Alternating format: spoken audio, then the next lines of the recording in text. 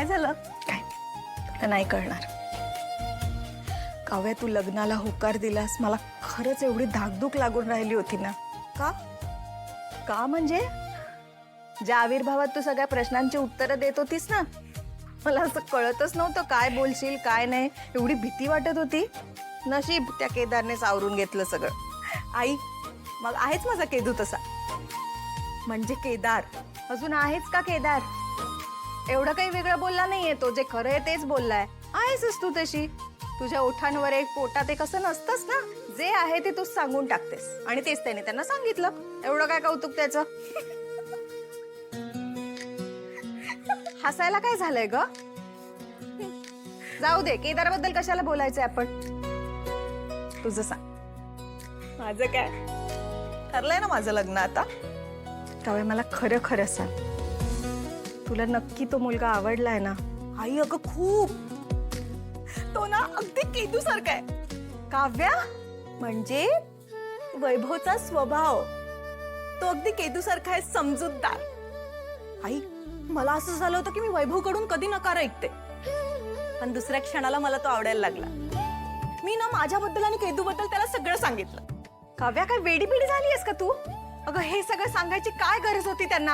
आता त्याचा फोन आला आणि नकार दिला तर? आई ऐकून तर घे. दुसरं कोणी असताना तर माझ्याविषयी मत बनवून मला नकार दिला असता, पण वैभवनी तसं नाही केलं. त्यांनी मला समजावून सांगितलं, मला समजून घेतलं, शांतपणे माझं ऐकून घेतलं. आणि वैभव खूप समजूतदार आहे ग, खरंच खूप समजूतदार आहे. आई, आई अगं काय झालं? तुला आवडला नाही का मुलगा? आपण लगेच नकार देऊ. हा, तुझ्यापेक्षा महत्वाचं माझ्यासाठी कोणीच नाहीये. का तू?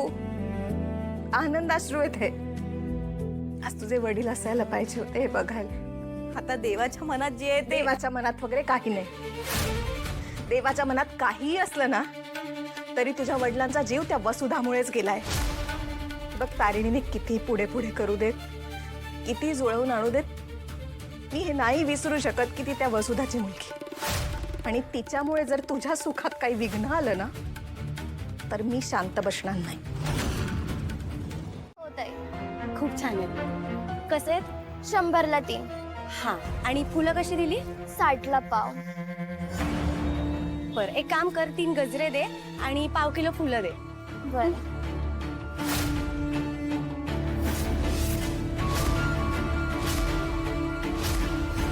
शाळेत जातेस का? हो ताई, जाते ना. आता 9वीला आहे. आणि मग अभ्यास कधी करतेस? घरी गेल्यावर करते. फुलं लवकर संपली की मला लवकर अभ्यास करायला होता. हे घे. एक काम कर, पाव किलो फुलं अजून दे. बरं.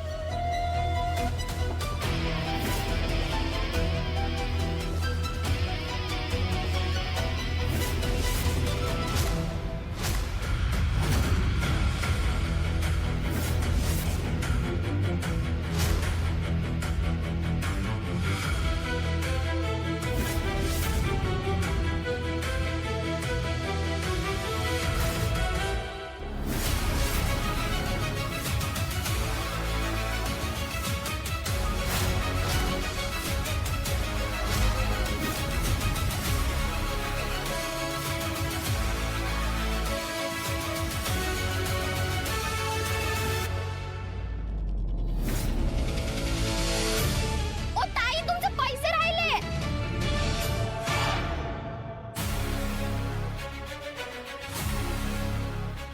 अरे बाळा, इथे एक मॅडम आल्या होत्या ना फुलं घ्यायला, त्या कुठे गेल्या? कोणत्या? गजरा आणि फुलं घ्यायला आल्या होत्या त्या पिवळ्या साडीवाल्या? हो हो, तीच. अहो, त्या अगदी पळत गेल्या. त्यांचे पैसेही राहिलेत. धावत गेली? कुठे? त्या तिकडे कुठेतरी.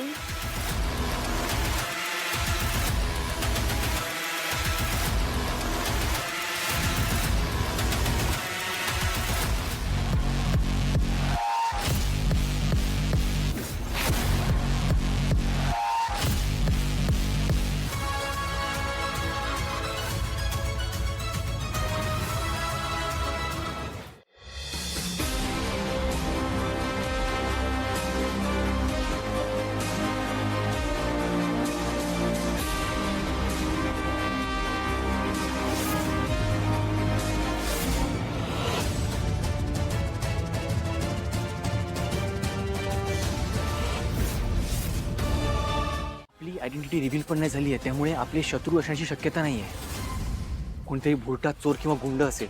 शक्यच नाही. त्याच्या ग्रिपवरनं मला असं वाटत होतं की तो M9 किंवा कॉम्बॅट नाईफ असावा.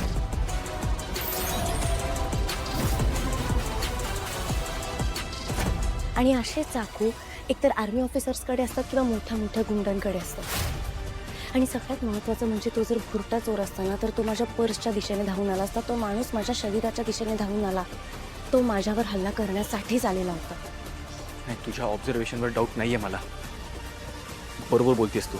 पब्लिक प्लेसवर तेही दिवसा इतक्या प्रिसिजनने हमला करून गायब होणं हे साध्या गुंडांचं किंवा चोरांचं काम नाही आहे. कोण असेल ही व्यक्ती? कोणी पाठवलं नसेल ना त्याला? बॉस, आपली आयडेंटिटी रिव्हील नसेल ना झाली, किंवा आपली आयडेंटिटी रिव्हील करण्याचा प्रयत्न करत असेल तर असू शकतं. बॉस, आपण आधी हॉस्पिटलला जाऊया.